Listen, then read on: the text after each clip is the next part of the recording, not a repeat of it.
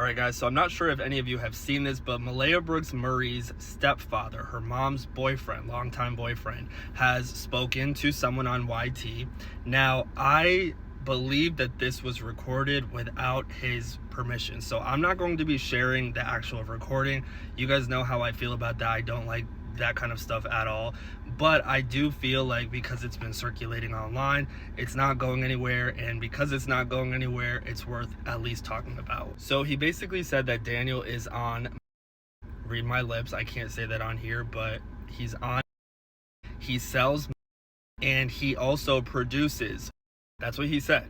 He said that Daniel has a history of abusing the kids. He said that he always got the notion that he didn't like Lilly and Jack. He said that he had 2 children from a prior relationship. He loved his kids. He said that he loves his baby Meadow, the child that he had with Malehya Brooks Murray, but he didn't think that Daniel actually liked Malehya's children at all.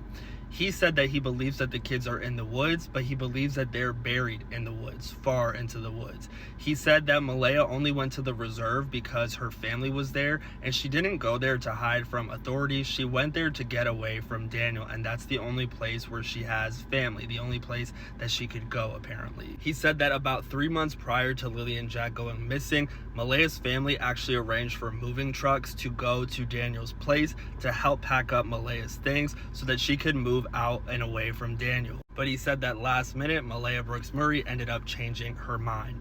Now, he also described Jack to have been a kid who didn't listen very well. He said that he believes that it's possible that with Daniel on DRUGS's, that he could have snapped and did something to Jack out of anger, out of lack of patience, and maybe possibly Lilly witnessed it. Now, I couldn't really understand some portions of the recording because the audio was muffled, but I think that he said that Daniel's daughter said that Malehya would lock the kids in a room, and that he didn't think that Malehya was sad anymore about Lilly and Jack being missing. I could have heard that wrong, but I rewinded a few times, and that's what I was able to get out of that. He said that Lilly had a tendency of whenever someone's hand was close to her face or close to her head, whether it would have been reaching over her to grab something or, you know, putting your hand on her hair to like rub her head or whatever, she would get really like antsy. She would like jump back and it would scare her. And we know that that is typically a sign of a child who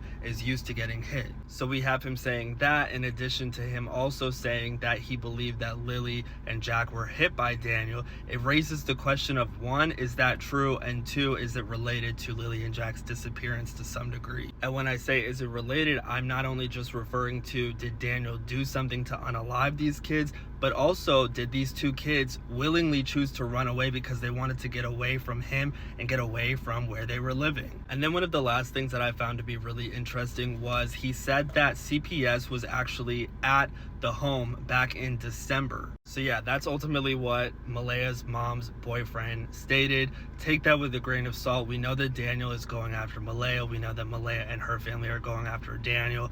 It's kind of like a tug of war of them passing the blame onto each other. So it's hard to tell what is true versus what is not, but I think that we can all agree, no matter what side you fall on, that the adults in Lilly and Jack's lives failed them completely.